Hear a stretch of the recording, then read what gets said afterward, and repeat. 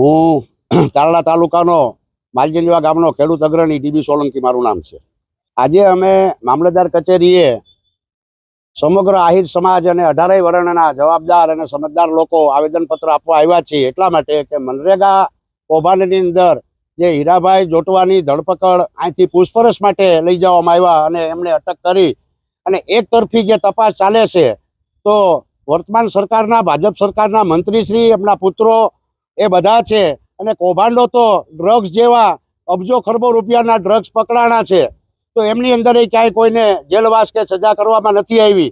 માંડવીના ગોડાઉનો સળગી ગયા છે, અનેક રીતે ભ્રષ્ટાચારી પ્રજા છે તો એક તરફી ટાર્ગેટ કરીને અત્યારે ભરૂચ જિલ્લાની અંદર જે કરોડો રૂપિયાના ખર્ચે national highway Amod national highway number 64 કે જે હમણાં 4 મહિના પહેલા બન્યો છે એ અત્યારે ધૂળધાણી થઈ ગયો છે અને ગોઠણ ખાડા છે।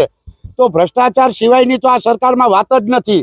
પણ જ્યારે ભૂતકાળની અંદર પણ જુનાગઢ છે, ગીર સોમનાથ છે, અમરેલી છે, આહિર સમાજને જ ટાર્ગેટ કરવામાં આવે છે તો એના માટે અમારા સમાજની એક વેદના છે કે ભાઈ એક તરફી પારદર્શક તપાસ થવી જોઈએ અને એ વસ્તુ છે એ તો કોર્ટ નક્કી કરશે। એટલે સમાજના મોભીઓને ભૂતકાળમાં પણ અન્યાય કરવામાં આવ્યો હતો અને અત્યારે વર્તમાન પરિસ્થિતિમાં પણ અન્યાય કરવામાં આવ્યો છે। એટલે મને અને અમારા સમાજને તો એવું લાગે છે કે ભાઈ આમાં વોશિંગ મશીન જેવી પણ કંઈક ગંધ આવે છે એમ ટૂંકમાં એમ કે ભાઈ વોશિંગ મશીનથી બધા પવિત્ર થઈ જાય છે આખા ભારતમાં। તો આ બધી પરિસ્થિતિ સામે અમારો જનાક્રોશ છે, 18 વર્ણનો છે, સમાજનો છે અને જો આમાં કંઈ જલ્દીથી પારદર્શક અને કોઈ ઉકેલ નહીં આવે તો આવતા દિવસોમાં કલેક્ટર સાહેબની કચેરીએ પણ આવેદનપત્ર આમાં આપવામાં આવશે અને એનાથી પણ આગળ સમાજનું એક સંમેલન પણ બોલાવવાની ફરજ પડશે। એટલે સરકારને અમારી વિનમ્રતા છે કે ભાઈ જે લોકો ભ્રષ્ટાચારી છે તો એ ભ્રષ્ટાચારીઓને તમે તપાસ જ નથી કરતા, તપાસ ક્લોઝ કરી નાખો છો તો પછી એક જ સમાજને શા માટે ટાર્ગેટ? એ અમારી લાગણી અને માગણી છે। આપનો પરિચય?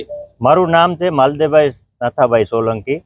તાલાડા તાલુકા આહિર સેનાનો ઉપપ્રમુખ તરીકે હું જવાબદારી સંભાળું છું અને સમાજના કોઈ પણ પ્રશ્ન હોય, સમાજની વાત આવે ત્યારે સમાજ વિશે ગમે ત્યારે અવાજ ઉઠાવવાની વાત આવે ત્યારે સમાજનો અવાજ ઉઠાવું છું। આજે અમારા હીરા બાપા એક સમાજના મોભી છે અને એને આજે સરકાર દ્વારા જે ટાર્ગેટ કરવામાં આવે છે એ બાબતમાં આજે અમે સમાજની અંદર બધાએ ઉગ્ર થઈ અને આજે આવેદનપત્ર દીધું છે।